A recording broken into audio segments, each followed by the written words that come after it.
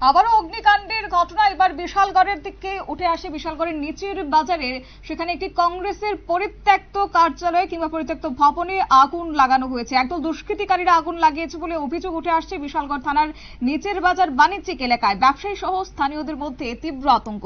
কি রয়েছে বিস্তারিত শুনুন।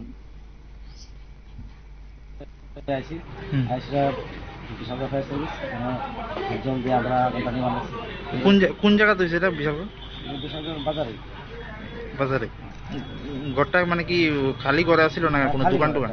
খালি করে। এখন কেমন নিয়ন্ত্রণ আছে? হ্যাঁ, এখন নিয়ন্ত্রণ আছে। এখন কেমনে ক্ষয়ক্ষতি হয়েছে না কিছু? না এমনি কোনো খালি করতো, কোনো জিনিসপত্র নাই, বেশি বেশি ক্ষয়ক্ষতি হয়েছে না। ওই জল বানানো লাগে কিছু টুকরা আছে।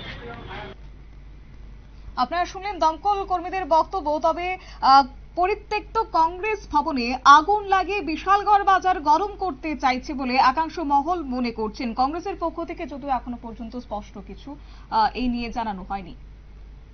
নিয়ে নিচ্ছি ছোট্ট একটি বিজ্ঞাপন বিরতির সঙ্গে থাকুন।